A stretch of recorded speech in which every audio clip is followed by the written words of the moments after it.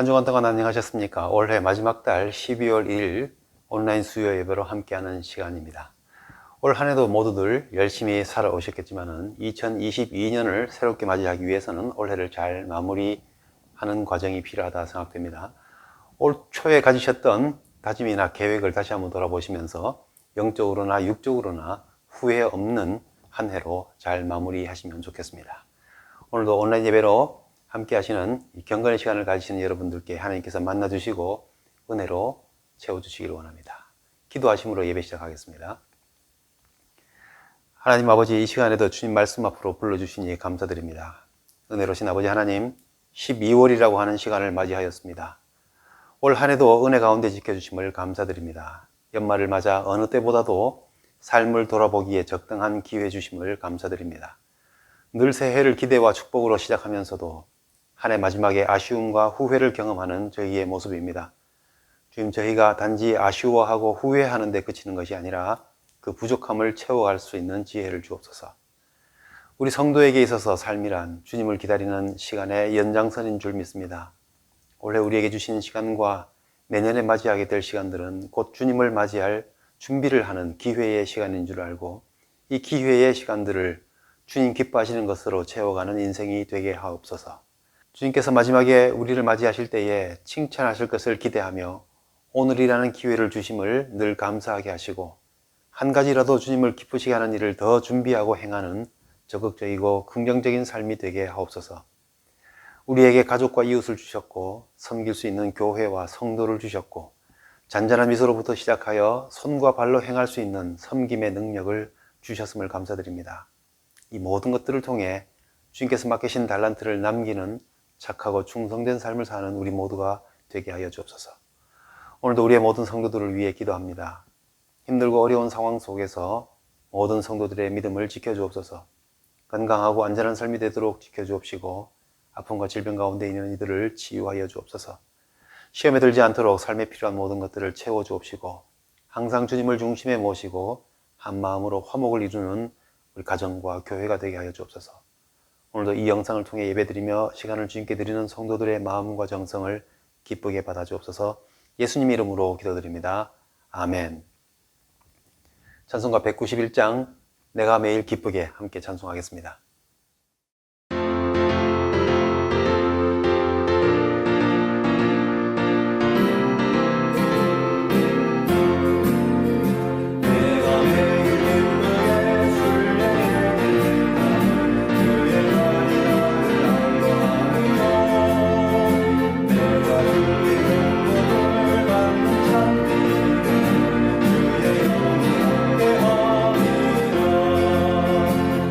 성령이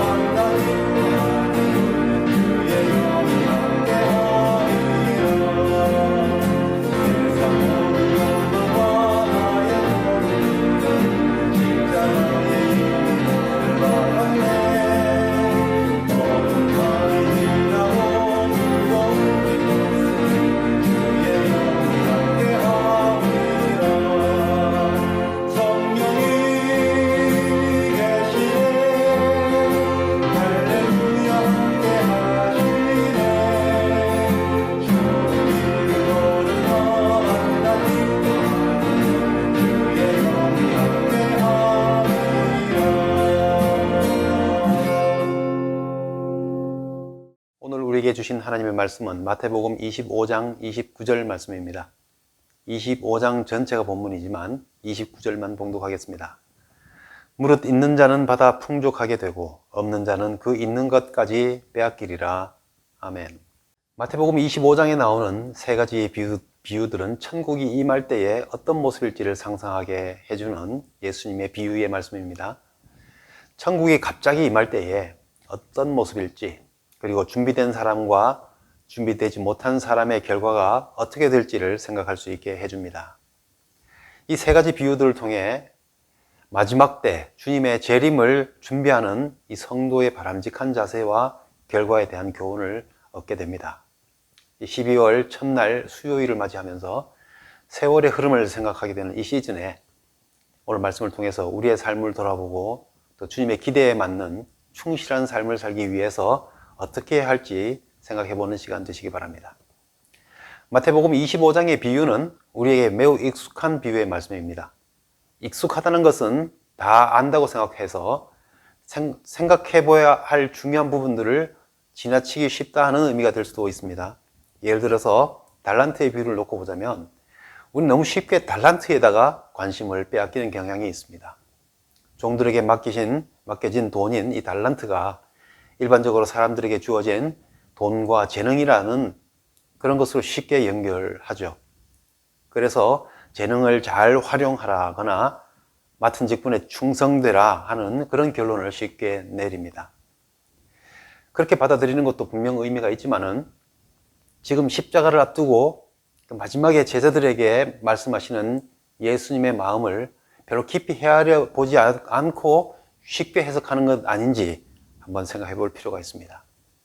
예수님께서 마지막 때에 대한 비유를 재능을 잘 활용해라, 맡은 직분에 충성하라 하는 의미 정도로만 말씀하셨다라고 생각하는 것은 우리 너무 깊이 없이 생각하는 것 아닌가 한번 생각해 볼 필요가 있을 것 같습니다. 달란트의 눈길을 빼앗기면 누구는 많이 받고 누구는 적게 받는가? 누구는 얼마를 남기는가? 그래서 어떻게 해야 더 많이 얻을 수 있게 될 것인가? 같이 이 자본주의에 익숙한 방식으로 예수님의 의도와는 다른 질문이나 해석을 찾아내게 됩니다. 그래서 오늘은 놓치기 쉬운 것들이 무엇인지를 몇 가지 생각해 보면서 올해를 마무리하는 지금의 우리에게 어떤 교훈을 주시는지 주님의 비유에 대해서 전반적으로 한번 귀 기울여 보려고 합니다.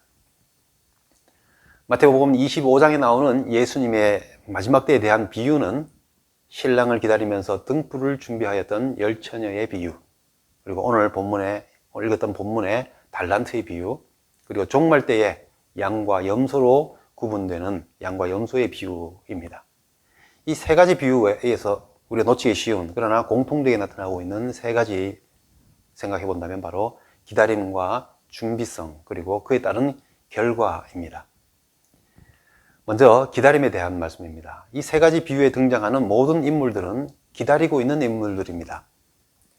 10명의 처녀들은 더디 오는 신랑을 기다리고 있습니다. 그리고 세 종들은 달란트를 맡기고 떠난 타국으로 갔던 주인이 돌아오기를 기다리고 있습니다. 그리고 모든 민족들은 주님께서 영광 가운데 다시 오실 것을 기다리고 있습니다. 이 기다림의 시간들을 어떻게 보내느냐 하는 것이 중요합니다. 이 세 비유들에 나오는 등불과 기름, 달란트, 지극히 작은 자들에게 행하였던 선한 행동들, 이런 행동들은 기다림의 시간을 어떻게 보내어야 하느냐를 설명하기 위한 도구들입니다. 시간이라는 것은 모두에게 공평한 것입니다. 시험 날짜를 앞둔 수험생, 투표 날짜를 앞두고 있는 후보들, 연말 평가를 기다리는 직장인들, 운동 시합을 앞두고 있는 선수들 등등 사람들마다 각자의 처한 상황과 일에 따라서 그리고 때에 따라서 기다리는 시간들을 가지고 있습니다. 그리고 우리의 인생은 사실 주님을 기다리는 인생입니다. 이 기다리는 모든 사람들에게 주어진 시간은 공평합니다. 1등하는 사람이라고 해서 더 많은 시간을 가지고 꼴등하는 사람이라고 해서 시간이 더 짧았던 것이 아닙니다. 자, 그렇다면 이 공평한 시간이 뭐가 문제가 있는 것입니까? 이 공평한 시간이 문제가 있다면 무엇이 문제였다는 것이죠? 첫 번째, 시간이라는 것이 앞에서 예를 들었던 것 같이 딱 맞아떨어지는 일만 있는 것이 아닙니다. 운동선수의 예약된 시간, 또 정해진 시험 시간, 또 선거 날짜, 12월 31일이면 연말이고 내년 3월 9일이면 대한민국의 대선일이고, 이렇게 시험 날짜처럼 몇 월 며칠 몇 시처럼 이미 확정해 놓고 그 때를 기다리는 시간이 있는가 하면, 우리 인생에서는 더 많은 시간들이 정해지지 않은 시간이 우리에게 있다는 것입니다. 인생에 태어나는 날도 예정일이 있지만 누구도 정확하게 며칠 몇 시일지 알지 못해서 긴장하며 기다림으로 시작하였습니다. 그리고 인생의 마지막도 그 날이 언제일지 몇 시일지 아무도 모릅니다.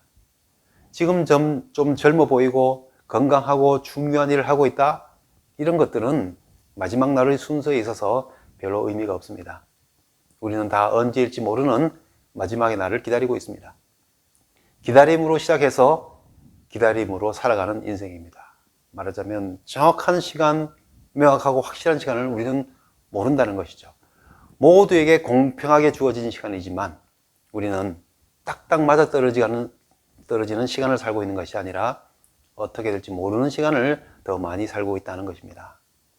처녀들에게 있어서 신랑이 올지는 알고 있지만 신랑이 더디 옴으로 문제가 생겼습니다. 기대했던 대로 왔더라면, 그래서 준비한 기름이 다 떨어지기 전에 도착했더라면 아무 문제 없었겠지만 시간은 지연되었습니다.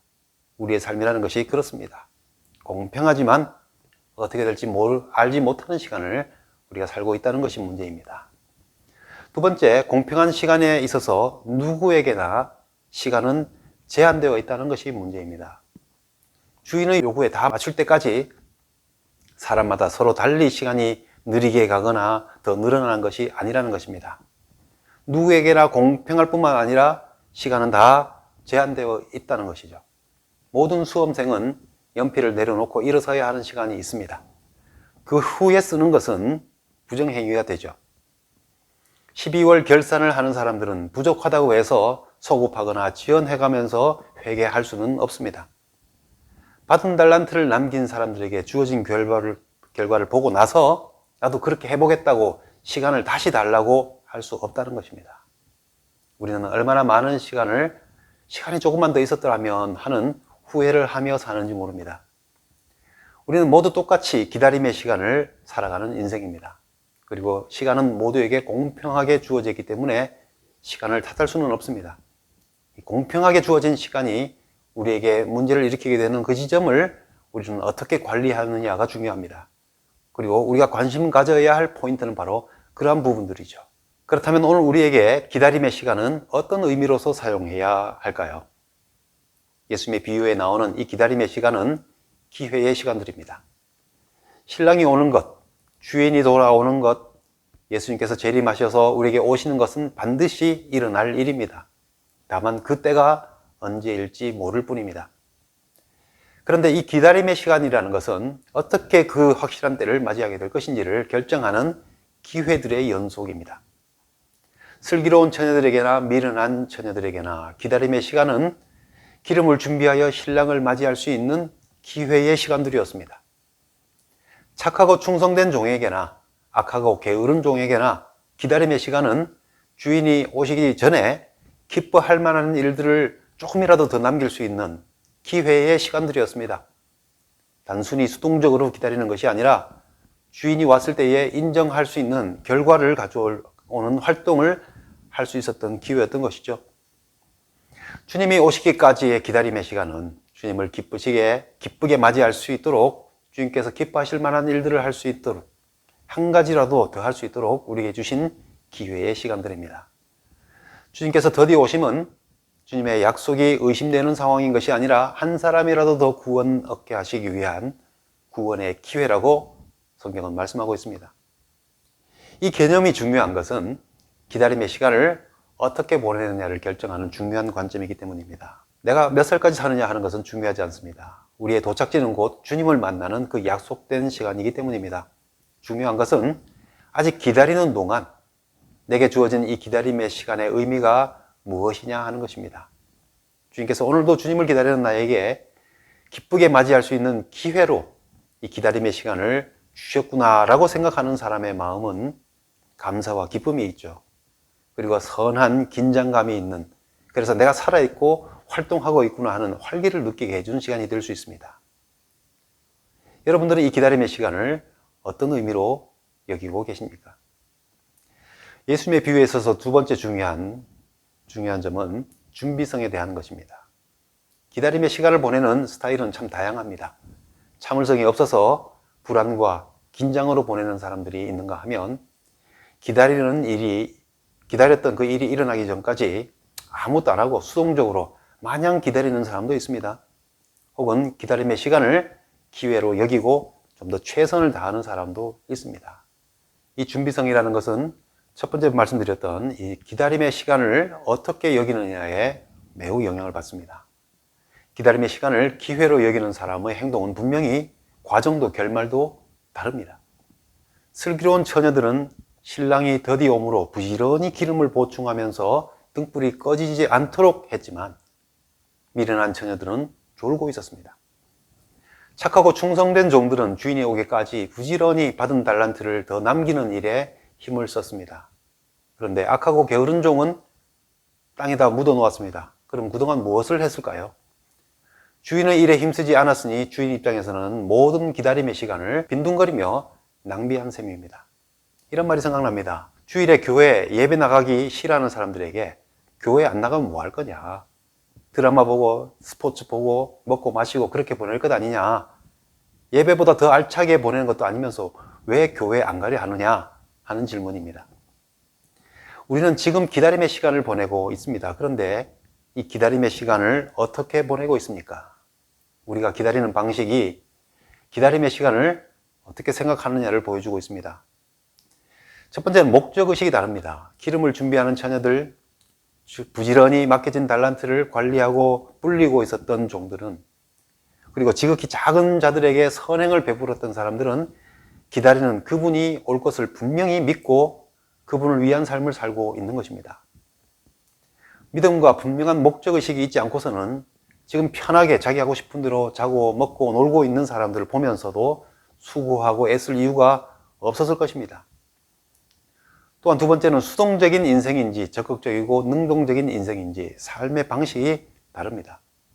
미련한 다섯 처녀에게 기다림의 시간은 무의미하고 공허한 지연된 시간이었을 뿐이었습니다. 또 눈앞에 닥쳐서 등불을 켜고 신랑을 맞이하려 하지만 기다림의 시간을 수동적으로 주어진 대로만 가만히 있었으니 기회는 날아가고 문 밖에서 슬피 우는 일만 남은 것이죠. 악하고 게으른 종의 삶도 마찬가지입니다. 그에게 있어서 능동적이고 적극적인 모습을 볼 수는 없습니다. 지극히 작은 자들에게 선행을 베풀므로써 주님께 선을 행한 것이라고 인정받은 양에 속한 사람들의 삶도 얼마나 적극적이고 능동적인 삶의 모습입니까? 우리에게 주어진 시간이 얼마였든지 살아가고 있는 이 시간을 귀하고 의미 있게 여길 수 있는 것은 주님을 기다리는 나의 기다림의 인생을 기회의 시간으로 여기느냐에 달려있는 것이죠. 오늘도 내게 주신 기회를 신랑을 맞이할 시간으로, 주인의 칭찬을 기대하는 시간으로 삼을 때에 우리 삶에 긍정적인 에너지가 나오고 한 푼이라도 더 남기는 삶, 지극히 작은 자에게 지극히 작은 선행 한 가지라도 더 해보려고 하는 마음이 생겨나게 되는 것이죠. 이렇게 우리에게 기다림의 시간을 어떻게 생각하느냐, 그리고 그 시간을 어떻게 준비해 가느냐, 이것이 우리에게 있어서 중요한 것이라 하는 겁니다. 예수님의 비유에 있어서 마지막 세 번째 중요한 것, 결과가 있다는 것이죠. 이 비유에 있어서 확실하게 우리에게 보여주는 것은 그 모든 일에 대한 결과가 반드시 있었다는 겁니다. 신랑의 잔치에 참석할 수 있느냐 없느냐, 결과가 분명히 있었습니다. 주인의 즐거움에 참여하느냐 아니면 바깥 어두운 데서 슬피 울며 일을 갈 것인지, 그 결과가 분명히 있다는 겁니다. 의인이 받는 영생에 들어갈 것인지 아니면 악인이 받는 영벌에 들어갈 것인지 결과가 분명히 있습니다. 지금은 기다림의 시간, 기회의 시간이지만 마지막에 관한 예수님의 비유는 분명히 마지막 결과가 있음을 보여주고 있습니다. 주님께서는 제자들과 우리에게 어떤 결과를 기대하며 이 비유를 말씀하셨을지 생각해 봅니다. 미련한 자, 악하고 게으른 자, 염소와 같은 자들, 그리고 그들이 받은 불행한 결과는 우리에게 경고 삼아 대조시키면서 주신 말씀이라면 주님께서는 당연히 우리에게 모두가 기회를 잘 활용하여서 좋은 결과 얻기를 원하시면서 이 비유의 말씀을 주셨을 것입니다. 예수님께서는 각 비유를 통해 이렇게 말씀하셨죠. 그런즉 깨어있으라. 너희는 그날과 그때를 알지 못하느니라. 잘하였도다 착하고 충성된 종아. 지극히 작은 자 하나에게 한 것이 곧 나에게 한 것이니라. 각 비유마다 긍정히 말씀하실 때 이렇게 말씀해 주셨습니다. 오늘의 시간은 이러한 칭찬과 상급을 준비하는 기회의 시간인 것입니다. 무릇 있는 자는 받아서 풍족하게 된다고 오늘 본문은 말씀합니다. 이 자본주의 사회에 있어서 일반적인 빈익빈 부익부의 부조리를 말하는 것이 아닙니다. 하나님의 은혜는 이 기다림의 이 기회의 시간 동안에 부여된 기회를 놓치지 않고 매일매일 열심히 잘 활용함으로써 지속적으로 은혜가 더 넘쳐나게 되고 그의 심령이 부유해지는 영적인 원리를 의미하는 것이죠. 말하자면 우리는 은혜를 받았을 때 그 은혜로서 더 열심히 섬기고 더 적극적으로 주님을 위한 일을 힘쓰고 우리 이웃들을 위하여 살아갈 때에 은혜가 더해지는 것이지, 그것을 가만히 가지고 묻어놓으면 받은 바 은혜조차도 점점 사라져 간다는 것입니다. 그래서 없는 자는 있는 것까지 빼앗기리라 하였습니다. 주어진 기다림의 시간을 기회로 여기기보다 지연되고 공허하고 무의미한 시간으로 여기는 사람에게 있어서는 이 마음에서부터 이미 그 은혜의 부요함이 점점 사라지는 것이죠. 시간이 어김없이 흘러서 2021년 마지막으로 가고 있습니다. 하지만 그게 무슨 상관입니까? 우리는 오늘도 주님을 기다리는 기회의 시간을 가지고 살아가고 있는 인생인데요. 하지만 기회를 보다 더 잘 활용할 수 있기 위해서 한 해를 잘 마무리하고 새해 계획을 한번 준비해 보시기 바랍니다. 무엇보다도 이 기회의 시간 동안에 주님께 대한 분명한 믿음과 목적의식을 가지고 주어진 기회를 놓치지 않고 주님의 칭찬의 말씀을 들을 수 있는 능동적이고 적극적인 성도의 삶을 힘써 세워가는 우리 모두가 될 수 있기를 바랍니다. 이것이 있는 자가 더 풍성해지는 영적인 원리입니다. 이런 영적인 원리의 축복이 모든 분들의 삶에 충만하시기 바랍니다.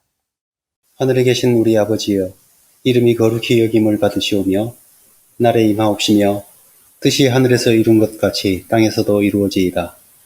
오늘날 우리에게 일용할 양식을 주옵시고 우리가 우리에게 죄 지은 자를 사하여 준 것 같이 우리 죄를 사하여 주옵시고 우리를 시험에 들게 하지 마옵시고 다만 악에서 구하옵소서. 대개 나라와 권세와 영광이 아버지께 영원히 있사옵나이다. 아멘.